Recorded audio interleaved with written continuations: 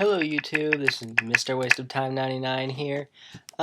Just coming to you at 4:47 in the morning to bring you a deck profile.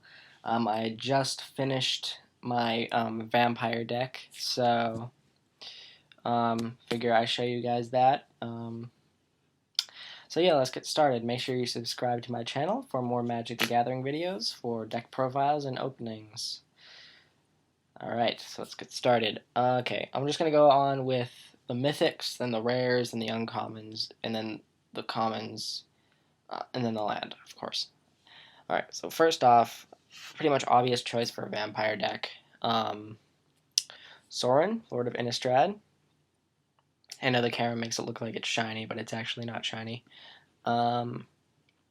Basically, really good card. His +1, really good for vampires. Just get a +1 1/1 vampire out with lifelink. What's really good is that for his -2, he gives everything on my field +1/+0, which this deck is based around just giving all my vampires +1s. And his ultimate's really good, obviously. Second card I run in this deck is 2 Olivia's. Really good card for vampires. She's a 4-drop. She's a 4-drop, 3/3, kind of expensive. Her activated ability, she has flying. She gets a +1/+1 counter, and you get to deal 1 damage to any creature on your opponent's side of the field. Now, basically, what happens is they become a vampire, and that's where you activate her 5-tap move. Basically, you gain control of a vampire on your opponent's side of the field, and since you just turned one of their cards into a vampire, you get control of it. Really good card. Next 2 cards, I played 2 Falconwrath Aristocrats. I do run Gather the Townsfolk in this deck. Yes, it's a black, red, and a splash of white for Gathers, and Sorin, of course. But Falconwrath Aristocrat is just a very big 4-drop. My 4th turns in this deck are very, very big. Usually if I have a Gather the Townsfolk out, 4th turn, I try to get this in my hand as quick as possible. Just because she has haste, flying, I believe, yep, a 4/1, 4-drop. Basically, haste, sacrifice a creature, she becomes indestructible for the turn, she can attack with flying. But if you sacrifice a human, she gets a +1/+1 counter permanently. That's why I've gathered the townsfolk in here. Just sacrifice a creature, human, 5/2 flying haste, attacking in. Really good card. I play, now onto the rares, I play 2 Bloodline Keepers. Just Bloodline Keepers right here. Really good card, puts a 2/2 vampire out. Every time you tap it. It's a 3/3 with a 4-drop. Like I said, my 4th turns are very, very big. Not only that, but he transforms into the Lord of Lineage, which is a 5/5, giving all of my other vampires +2/+2, and still having the ability to bring out a 2/2 vampire with flying, which basically, with him out, is a 4/4 vampire with flying. So, really good card. One of the only actual human I play in this deck, which some of you might find odd, is the Surstag High Priest. Very good card, actually, for this deck, I found out. Basically, he's just a 2-drop, simply 2/1, good blocker. I basically play him in here for a blocker, and if I get a chance of killing a creature, possibly like with a Tragic Slip or a Pillar of Flame or a Doomblade, basically morbid cost on that turn, tap him, tap 2 other vampires, because I usually have, or if I have gathered the townsfolk out, tap 2 tokens, get a 5/5 flying demon token out. Really good in that situation, really. Now, obviously, a vampire deck would not be complete without the 4 Stromkirk Nobles. The big guys. This guy really screws over. I have a feeling when what's it called? When the 2012 block goes away, really the only decks that will be played at that point will be probably humans and delvers. And this guy overruns delvers and overruns humans because he can't be blocked by them. And every time he deals damage, he gets a +1/+1/+1 counter. Next is for Stromkirk Captains.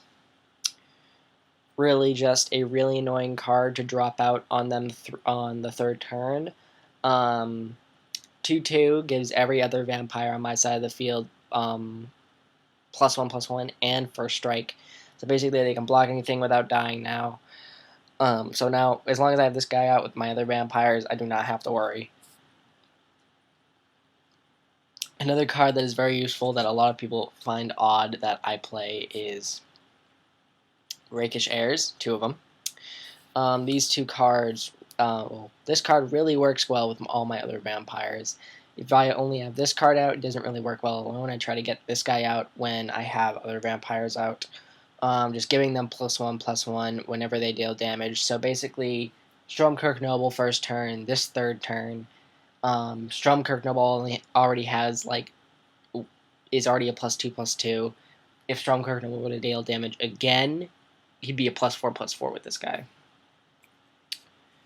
One of the newer cards in the Avacyn Restored set that I'm putting in is 2 Falconwrath Exterminators. This guy is a very, very, very, very good drop. A 2-drop for a 1/1 may not seem good, but he has the same ability as Noble, basically dealing damage, giving him a +1/+1. But if you tap 3 with him, you can deal damage to target creature for how many +1/+1 counters are on him. So basically, if you have Rakish Heir, giving him 2 +1/+1s, and then tapping his ability, dealing 2 damage to any creature on the other field. So that was my uncommon cards. For the common cards, of course, is just burn spells, really. Pillar of Flames, 2 of them. Just to exile cards. Doomblade, 2 of them. Just to be really annoying with cards that don't use black. Like I said, Gather the Townsfolk, 4 of them. And 4 Tragic Slips. And my Japanese Tragic Slip in the front. But I do play a common monster, and really it's the card that really annoys people in this deck to have out second turn. My Bloodseekers. I play 4 of them. I know he's going to get rotated out in probably August or September, but he is just really good to have in this deck now. Against token decks, this guy really runs them over really badly. Whenever they play him on, it's a 2-drop for a 1/1. But with all my other +1/+1 counters being given to all my other creatures, this guy's a beast. And also, whenever they play a monster, it includes tokens, they lose 1 life. So basically, they Fateful Hour, Gather the Townsfolk at end of game, they lose 5. Any token decks are really scared of this card. For lands, dual lands are the obvious. I play Dragonskull Summits, 4 of them, 4 Isolated Chapels, 4 Clifftop Retreats. I also play 1 Vault of the Archangel, just to give all of my guys flying, Death Touch and Lifelink until end of turn. It's really awesome, and it just costs 4. So yeah, that's the deck, guys. I hope you like it. I'm going to be running it this weekend at my local tournament, and this Wednesday at my tournament. So I hope you guys enjoyed the deck. Comment down below if you want me to make any improvements on it or have any suggestions for me. It's just a beginning deck, so because I'm just getting back into Magic. So yeah, thank you guys for watching. I'll see you guys later.